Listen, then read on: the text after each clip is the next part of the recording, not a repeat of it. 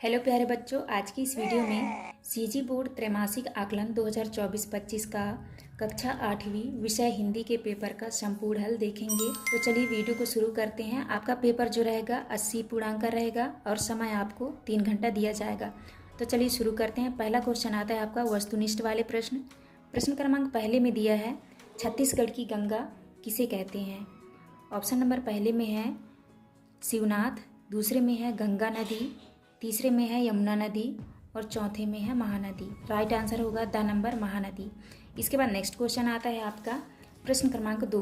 प्रश्न क्रमांक 2 में है इब्राहिम लिंकन कौन थे। पहले ऑप्शन में है व्यापारी, दूसरे में है किसान, तीसरे में है राष्ट्रपति और चौथे में है लेखक। तो आपका राइट आंसर हो जाएगा सा नंबर राष्ट्रपति। इसके बाद नेक्स्ट क्वेश्चन आता है आपका प्रश्न क्रमांक 3 में दिया है इब्राहिम गारदी कौन था।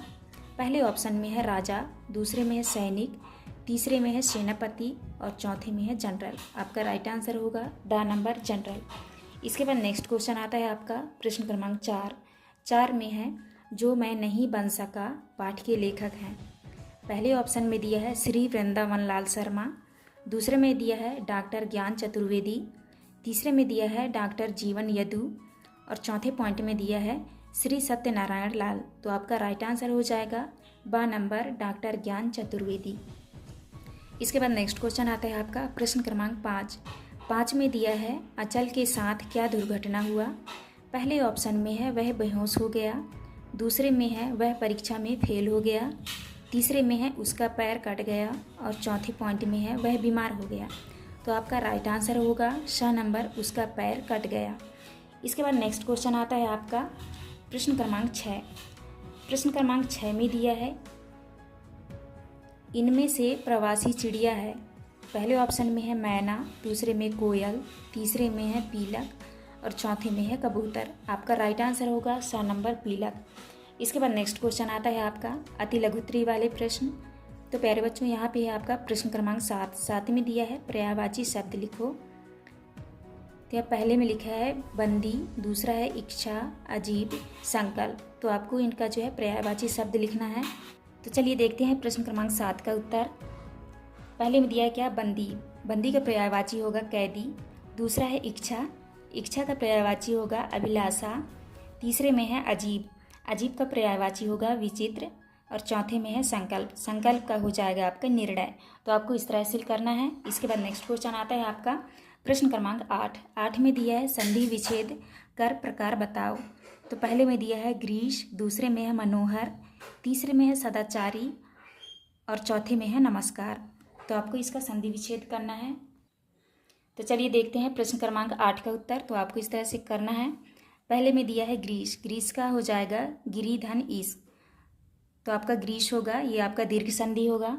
दूसरे में है मनोहर, मन प्लस हर, आपका होगा मनोहर, ये है आपका विसर्ग संधि। इसके बाद है आपका तीसरे में है सदाचारी, सत प्लस आचारी, ये आपका होगा व्यंजन संधि। इसके बाद है चौथा में है नमस्कार, नमस्कार का है नमः प्लस कार, ये होगा आपका विसर्ग संधि। तो आप इस तरह से कर लीजिएगा। इसके बाद नेक्स्ट क्वेश्चन आता है आपका प्रश्न क्रमांक 9। प्रश्न क्रमांक 9 में दिया है विलोम शब्द लिखो। पहले में है घृणा, दूसरे में है प्यार, नुकसान, अपशकुन। तो चलिए देखते हैं प्रश्न क्रमांक 9 का। तो यहाँ पे देख लीजिए प्रश्न क्रमांक 9 में का उत्तर। पहले में दिया है घृणा, घृणा का होगा प्रेम, प्यार का होगा नफरत, नुकसान का होगा लाभ और चौथे में है अपशकुन, अपशकुन का होगा शकुन। तो आपको इस तरह से विलोम शब्द लिखना है। इसके बाद नेक्स्ट क्वेश्चन आता है आपका प्रश्न क्रमांक 10। प्रश्न क्रमांक 10 में है समानार्थी शब्द लिखो। पहले में है भाव, दूसरे में है परिश्रम, तीसरा है सदा और चौथे में है गिरी। तो चलिए देखते हैं प्रश्न क्रमांक 10 का उत्तर। तो आप यहाँ पे देख लीजिए प्रश्न क्रमांक 10 का उत्तर। पहले में है भाव, भाव का हो जाएगा भावना, दूसरे में है परिश्रम, परिश्रम का हो जाएगा श्रम, सदा का हमेशा और गिरी का पहाड़। तो आपको इस तरह से करना है। इसके बाद नेक्स्ट क्वेश्चन आता है आपका प्रश्न क्रमांक 11। प्रश्न क्रमांक 11 में दिया है अनेक शब्द के लिए एक शब्द लिखो। पहले में जैसे लिखा है जो अधिक बोलता है, तो यहाँ पे आपको लिखना है वाचाल, दूसरे में है जो पढ़ा लिखा ना हो, यहाँ पे लिखना है आपको अनपढ़, तीसरे में है जो ईश्वर को मानता हो, तो आपको करना है आस्तिक, चौथे में है जिसमें जागने की इच्छा हो, तो आपका यहाँ पे हो जाएगा जिज्ञासु। तो आपको इस तरह से करना है। इसके बाद नेक्स्ट क्वेश्चन आता है आपका लघुत्तरीय प्रश्न। प्रश्न क्रमांक 12 में दिया है नई उषा पाठ नवयुवकों को क्या संदेश दे रहा है। तो चलिए देखते हैं प्रश्न क्रमांक 12 का उत्तर। तो देखिए यहाँ पे प्रश्न क्रमांक 12 का उत्तर लिखा है, प्रस्तुत कविता नवयुवकों को आलस्य को त्याग कर अपने कार्य क्षेत्र में जी जान लगाकर जुट जाने का संदेश प्रदान कर रही है। तो आपको प्रश्न क्रमांक 12 का उत्तर इस तरह से कर लेना है। तो आप देख के कर लीजिएगा।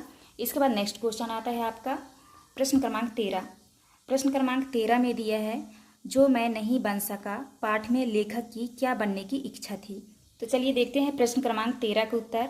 तो यहाँ पे देखिए लिखा है लेखक की इच्छा painter, gate keeper, head master, चपरासी, इंजन का इंचार्ज, थानेदार, नौटंकी का डांसर, आइसक्रीम बेचने वाला आदि बनने की इच्छा थी। तो आपको इस तरह से प्रश्न क्रमांक 13 का उत्तर करना है। इसके बाद नेक्स्ट आता है आपका प्रश्न क्रमांक 14। प्रश्न क्रमांक 14 में है दीदी की डायरी पाठ में संजू पूरे दिन उदास क्यों थी। तो यहाँ पे देख लीजिए प्रश्न क्रमांक 14 का उत्तर लिखा है संजू की पूरे दिन उदासी में बीतने का कारण उसकी सहेली नीलू के हाथ पीले होना, उसकी पढ़ाई पूरा ना होना आदि। तो आपको इस तरह 14 को उत्तर करना है। इसके बाद नेक्स्ट क्वेश्चन आता है आपका दीर्घ उत्तरीय प्रश्न। नेक्स्ट क्वेश्चन है आपका दीर्घ उत्तरीय वाले प्रश्न। तो आपको प्रश्न क्रमांक 15 में लिखा है निम्न पद्यांश का सप्रसंग व्याख्या करो। यहाँ पे लिखा है खिले कमल अरुण, तरुण प्रभात मुस्कुरा रहा, गगन विकास का नवीन साज है सजा रहा, उठो चलो बढ़ो समीर शंख है बजा रहा, भविष्य सामने खड़ा प्रशस्त पथ बना रहा। तो आपको प्रश्न क्रमांक 15 का उत्तर आपको इस तरह करना है। संदर्भ में आपको लिखना है प्रस्तुत पद्यांश हमारी पाठ्य पुस्तक छत्तीसगढ़ भारती के पाठ से लिया गया है। इसके कवि श्री सत्यनारायण लाल जी हैं। प्रसंग में लिखना है प्रस्तुत पंक्तियों में कवि ने प्रकृति के विविध उपकरणों के माध्यम से प्रगति पथ पर आगे बढ़ने का संदेश दिया है। तो आपको इस तरह से प्रसंग लिखना है। इसके बाद आता है आपका व्याख्या। तो आपको जो है व्याख्या इस तरह से आपको लिख लेना है। तो आप अच्छे से देख लीजिए, इस तरह से आपको लिख लेना है। तो आप कर लीजिएगा। इसके बाद नेक्स्ट क्वेश्चन आता है आपका प्रश्न क्रमांक 16। प्रश्न क्रमांक 16 में दिया है एक नई शुरुआत में सुधीर के व्यवहार और व्यक्तित्व में कैसे परिवर्तन आया। तो चलिए देखते हैं प्रश्न क्रमांक 16 का उत्तर। तो आपको जो है प्रश्न क्रमांक 16 का उत्तर इस तरह से कर लेना है। तो आप अच्छे से देख लीजिए, आपको इस तरह से कर लेना है 16 का उत्तर। इसके बाद नेक्स्ट क्वेश्चन आता है आपका प्रश्न क्रमांक 17। पचराही तीर भोरम देव हे ओकर ऊपर निबंध लिखत। तो चलिए देखते हैं प्रश्न क्रमांक 17 का उत्तर। तो आप देख लीजिए, इस तरह से आपको प्रश्न क्रमांक 17 का उत्तर लिख लेना है। तो आप यहाँ से देख के कर लीजिएगा प्रश्न क्रमांक 17 का उत्तर। तो हमने इस वीडियो में जो है पूरे 17 प्रश्न के उत्तर इस वीडियो में दे दिया है। अब अन्य विषय के लिए अगले वीडियो में मिलेंगे। इसके लिए हमारे चैनल को सब्सक्राइब कर लीजिएगा, जिससे आपको सभी वीडियो के नोटिफिकेशन मिलती रहे। तो चलिए मिलते हैं अब नेक्स्ट वीडियो में।